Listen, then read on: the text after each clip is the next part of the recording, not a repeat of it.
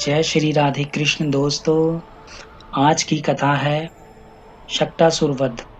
श्रीमद् भागवत में श्री सुखदेव जी कहते हैं, गोकुल में एक बार भगवान श्री कृष्ण के करवट बदलने का अभिषेक उत्सव मनाया जा रहा था। एक बार यशोदा मैया ने भगवान को चित पलंग पर सुलाया।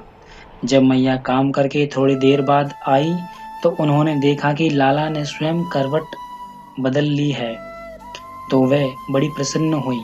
उस दिन घर में भगवान के करवट बदलने का अभिषेक उत्सव मनाया जा रहा था। उसी दिन उनका जन्म नक्षत्र भी था। घर में बहुत सी स्त्रियों की भीड़ लगी हुई थी। गाना बजाना हो रहा था। उन्हीं स्त्रियों के बीच खड़ी हुई यशोदा जी ने अपने पुत्र का अभिषेक किया। उस समय ब्राह्मण मंत्र पढ़कर आशीर्वाद दे रहे थे। नंदरानी यशोदा जी ने ब्राह्मणों का खूब पूजन सम्मान किया। उन्हें अन्न, वस्त्र, माला, गाय आदि मुंह मांगी वस्तुएं दी। जब यशोदा ने उन ब्राह्मणों द्वारा स्वस्ति वाचन कराकर स्वयं बालक के नहलाने आदि का कार्य संपन्न कर लिया, तब ये देखकर कि मेरे लल्ला के नेत्रों में नींद आ रही है, अपने पुत्र को धीरे से शैया पर सुला दिया। उधर कंस ने श्री कृष्ण का वध करने के लिए पूतना के बाद एक और असुर भेजा, शक्टासुर, जो देह रहित था। उसे साधारण व्यक्ति देख नहीं सकते थे। संत, पुरुष, ईश्वर या असुर ही उसे देख सकते थे, अतः वो बहुत शक्तिशाली भी था। कंस की आज्ञा लेकर वह श्री कृष्ण का वध करने आया तथा उसी छकड़े के ऊपर आकर बैठ गया जिसकी छाया में माता यशोदा ने श्री कृष्ण को पालने में सुलाया था, ताकि उन्हें अच्छी हवा लग सके। उस छकड़े के ऊपर पहले से ही दूध, दही, माखन, घी तथा रसों की मटकियां रखी थी।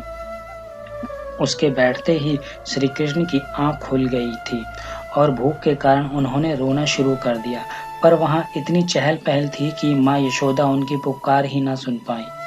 उन्हें अकेला तथा उस स्थान पर पाकर शक्टासुर बहुत खुश हुआ कि यहाँ मैं आसानी से श्री कृष्ण का वध कर दूंगा। उसने योजना बनाई कि इसी छकड़े के नीचे कुचलकर श्री कृष्ण का वध कर दिया जाए। इसलिए वह अपने वजन से उस छकड़े को श्री कृष्ण की ओर दबाने लगा।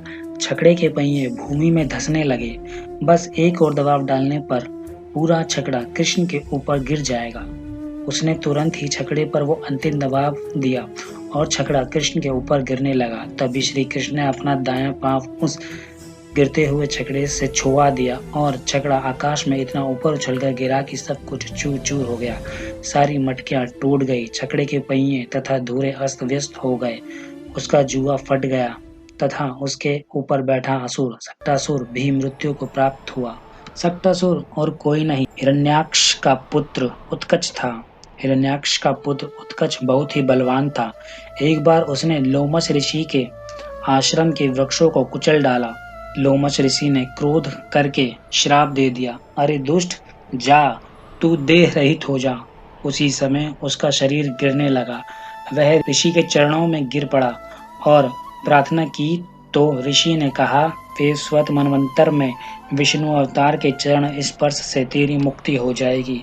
वही असुर छकड़े में आकर बैठ गया था और भगवान के चरण स्पर्श से मुक्त हो गया।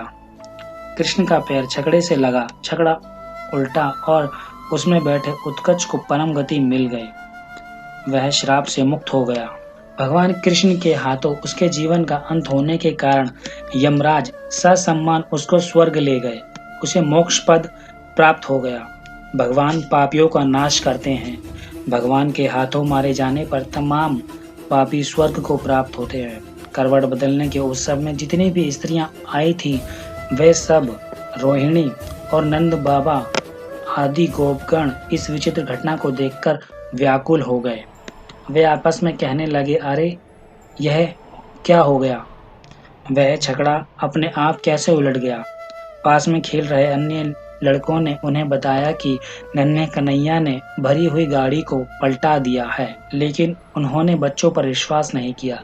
यशोदा घबराकर दौड़ी और बच्चे को गोद में उठा लिया। यशोदा जी ने समझा यह किसी राक्षस आदि का उत्पात है। तत्पश्चात ब्राह्मणों से वेद मंत्रों के द्वारा शांति पाठ कराया। इसके बाद बच्चे को पुनः पवित्र जल से स्नान कराया गया। इसके बाद ब्राह्मणों का भोज हुआ। ओम नमो भगवते वासुदेवाय नमः। धन्यवाद।